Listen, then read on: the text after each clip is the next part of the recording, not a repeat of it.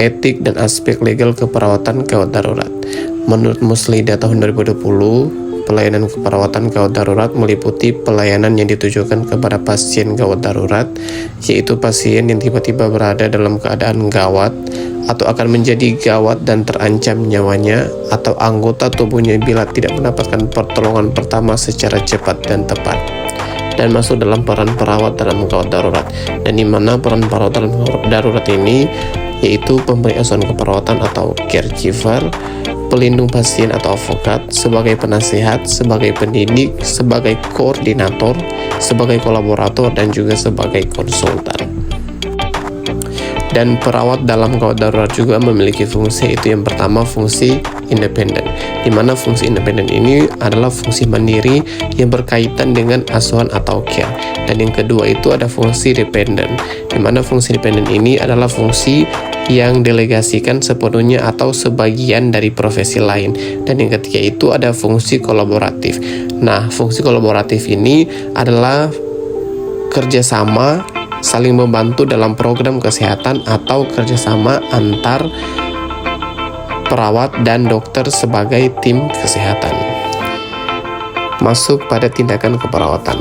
Yang pertama itu kaji tanda-tanda vital pasien, yang kedua itu kaji fokus pembicaraan, yang ketiga itu kaji alasan dan tingkat kecemasan, dan yang keempat biarkan orang terdekat menemani dan membantu pasien tersebut, dan yang kelima itu bersikap tenang, tidak panik dan tegas, dan yang keenam itu jelaskan program dan pengobatan dan juga alasan. Etik keperawatan gawat darurat. Nah, etik ini berasal dari kata ethics, artinya prinsip moral atau aturan perilaku.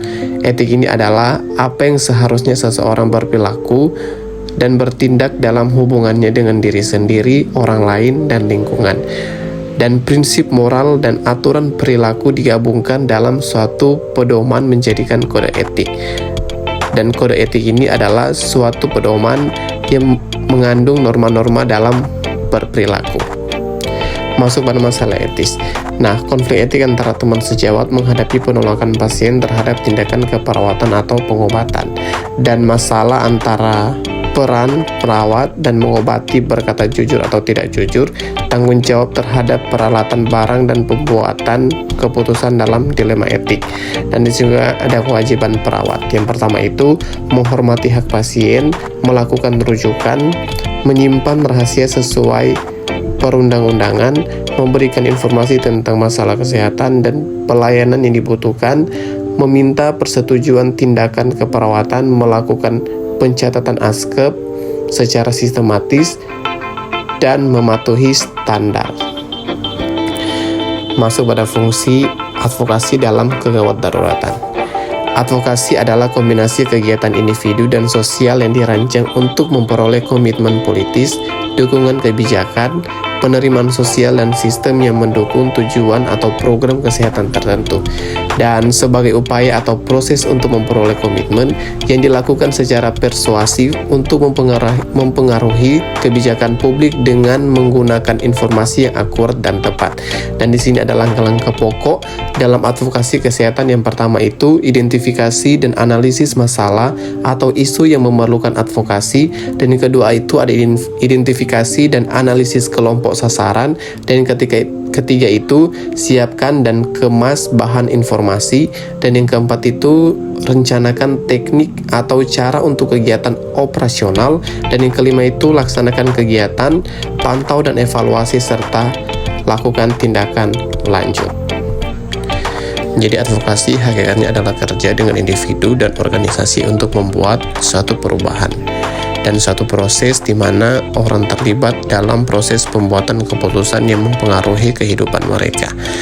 Dan perawat sebagai advokat berperan melindungi hak klien dan membantu menyatakan hak-haknya. Contohnya, perawat memberikan informasi tambahan untuk membantu klien dalam mengambil keputusan atas tindakan keperawatan yang diberikan. Nah, masuk pada asuhan keperawatan gawat darurat. Nah, asuhan keperawatan gawat darurat ini adalah rangkaian kegiatan praktik keperawatan kegawat daruratan yang diberikan pada klien oleh perawat yang berkompeten untuk memberikan asuhan keperawatan di ruangan gawat darurat. Dan dari asuhan keperawatan gawat darurat tersebut ada pengkajian primer, di mana pengkajian primer ini meliputi jalan nafas, pernafasan meliputi irama, kedalaman frekuensi, dan suara nafas.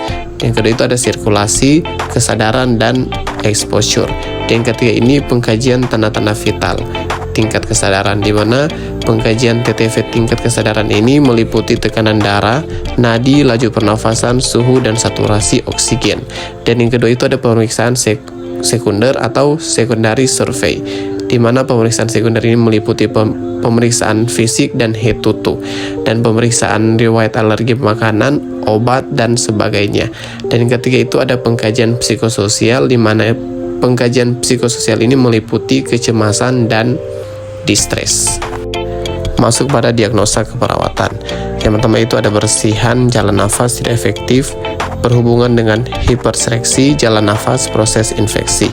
Dan yang kedua itu gangguan pertukaran gas berhubungan dengan perubahan membran alveolus kapiler. Dan yang ketiga itu ada gangguan sirkulasi spontan berhubungan dengan penurunan fungsi ventrikel. Dan yang keempat itu ada ansietas berhubungan dengan krisis situasional ancaman terhadap kematian. Dan perawat dalam membuat asuhan keperawatan harus berdasarkan pengkajian diagnosa keperawatan, implementasi, dan evaluasi. Dan asuhan keperawatan gawat darurat didasarkan pada pengkajian primeri dan sekunder teknik komunikasi terapeutik. Masuk pada tren dan isu gawat darurat.